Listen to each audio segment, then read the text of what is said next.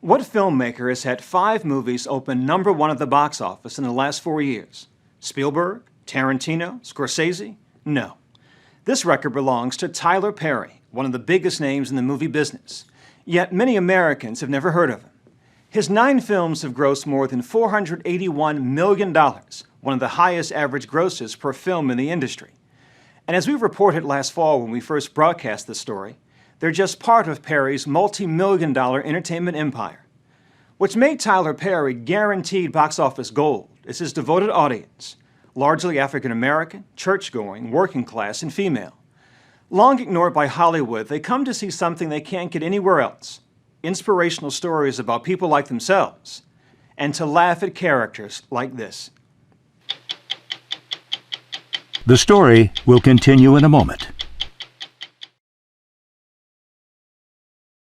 Go in that room and take your medicine. You know you crazy as hell when you don't take it. The gun-toting, wisecracking grandmother, played by Tyler Perry himself, Madea.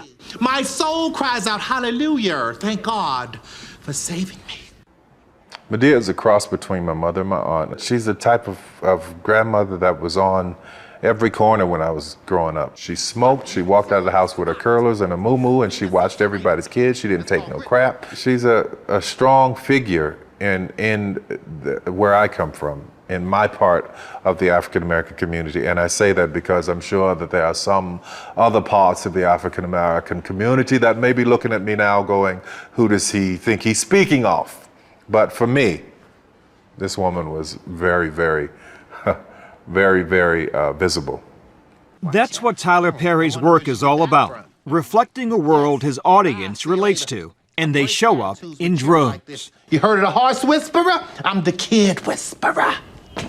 It's been written that Madea is one of the top 10 grossing women actresses in the country. They weren't serious when they wrote that. Come on. But Medea's done well. She's done well by you. Yeah, she has. So have his other popular characters, like the flamboyant Mr. Brown. I'm Leroy Brown. Hi. My friends call me Leroy Brown. You can just call me Leroy Brown? Yeah, how you know? But it's not just comedy. Perry's work is a gumbo of melodrama, social commentary, and inspiration. You got the strength God gave us women to survive.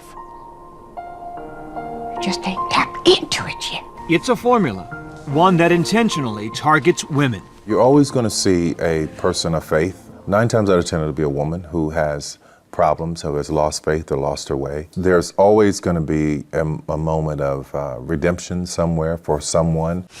And then there are the grittier, darker elements, the violence, especially directed at women and children, sex and child abuse, prostitution and drug use.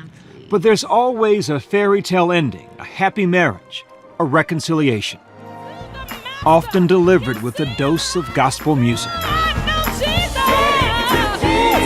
Although Perry's themes are universal, he's not widely known outside of his niche audience. The average American has no idea who you are. Now, how is it possible? I'll tell you how it's possible. It's there's this great thing called the Chitlin Circuit, which I started my shows on. And back in the day when, Ray Charles and Billie Holiday and Duke Ellington, they couldn't get into white establishments, so they went on this circuit and toured. They were huge stars in their own community, and that's pretty much my same story. I was able to build and have this amazing career among my own people, but outside of that, not a lot of people knew who I was. Tyler Perry, superstar of the Chitlin Circuit. That's yeah, superstar of the Chitlin Circuit. I'll take that. You realize what a superstar he is and how strongly the audience connects to him when he appears on stage after a performance of one of his plays.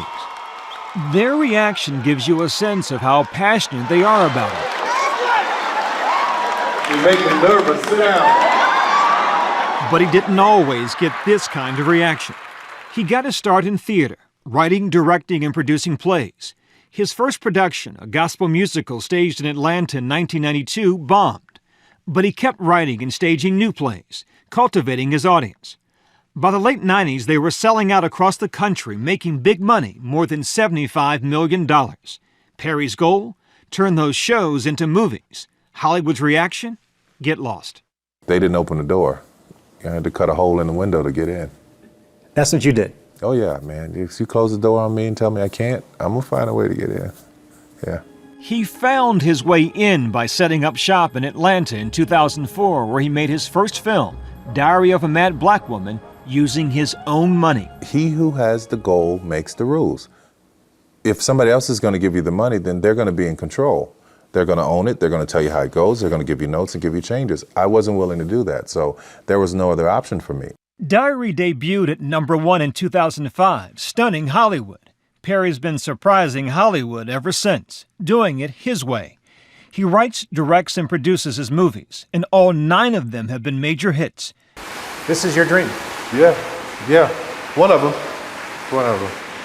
This is Tyler Perry Studios, 31 acres of movie and television production facilities, one of the largest independently owned studios outside of Hollywood. It opened over a year ago, financed by Perry himself with the profits he's made from his productions. It's Perry's multi-million-dollar Magic Kingdom. This is the back lot. And I named it 34th Street as in Miracle on 34th Street. He makes all of his films here, releasing 2 a year, and he employs as many as 400 people. That's the Cicely Tyson stage next to it. It has 5 sound stages, a gym, even a chapel. This is wardrobe. And there's Madea. Where? Up there. So Madea. That's where she lives between movies. Roll sound, please. We're rolling. When he's not making movies, this relentless multitasker is running his 2 hit sitcoms on TBS, House of Pain and Meet the Browns. Hit him hard, really. He has total creative control and owns everything he makes. And we cut, very good. Thanks a lot, I'm out of here. Tyler Perry's huge success has brought him power and even comparisons to Oprah, his friend and mentor. They teamed up to executive produce Precious, a film about an urban teenage mother battling abuse and illiteracy, which opened last November. Do not play him small, because he is not just some lucky, rich Negro turned black man. He is not. To be able to take what he saw as an opportunity to reach a group of people and to turn that into this multi-million, soon to be multi-billion-dollar enterprise is what everybody else is trying to do. What's the connection you think Tyler Perry has with African American women? Well, first of all, I think he grew up being raised by strong black women, and so much of what he does is really in celebration of that. I think that's what Madea really is, a compilation of, all those strong black women that I know, and maybe you do too. And so the reason it works is because people see themselves. This is it, this is my universe. Perry says he's writing what he knows, writing where he comes from. He grew up working class in this tough New Orleans neighborhood. And my heart is racing just being here. Isn't that crazy? Why? I don't have good memories here at all. But it's those memories, both good and bad, that have inspired much of his work. Mr. James is still sitting on the porch. He's watching everything. You know that boy was over there with that girl last night. So. That sounds like one of your characters. Yeah, man, listen, are you kidding me? We met 2 neighbors who reminded us an awful lot of a certain grandmother. These are the kind of women I grew up with. Oh, yes, and Christian women. Christian women with guns. I mean, Christian women. And people wonder where Madea came from. We crossed the street to where he used to live, and the pain of his past came back. This is where I grew up, and I have not been in this house in years. In this house, Perry says his father Emmett repeatedly beat him and his mother Maxine. He described one time when his father whipped him with a cord until the skin came off his back, and told us when his father wasn't beating him, he was belittling him. Your father used to warn your mother about you. Yeah, one day I would make her cry, because she would try to protect me from him. What the you protecting him for? What are you protecting him for? This boy ain't gonna be one day gonna make you cry. So. He brought us out back, showed us the cubbyhole where he would escape from his father's abuse. This was my hideout, my safe place, When it got too much, you go in here? Yeah, I've spent like all day in there. So I had a door there so I can go in and and close myself up, to be okay for a minute. Yeah. Your father, it sounds like, can still make you feel like that boy, little boy. Now, how is it possible? You'd have to walk that road and be that little boy. A lot of it I've put out of my mind because it was so horrific and so painful that had I not, and that's where my imagination was born, that he was losing it and saying all those things, I could absolutely be there in that room with him at the top of his lungs and go somewhere else in my head. His faith and his mother, he says, saved him. Sunday morning, she'd take me to church. And this is the only time I saw her smiling happy. So I wanted to know the God, this Christ that made my mother smile so much. Perry says he's forgiven his father and come to terms with the abuse. This is what happens. You let it destroy you, or you take it and you use it. I chose to use it, and I chose to put it in my work, and I choose to have it touch and make people understand it. Yet there are some who don't understand Perry's work and dismiss it, many of them African Americans. They find characters like Madea and Mr. Brown demeaning caricatures, racial stereotypes. Spike Lee has said, and I quote, "I think there's a lot of stuff out today that is coonery and buffoonery. I see ads for Meet the Browns and House of Pain, and I'm scratching my head. We got a black president, and we're going back.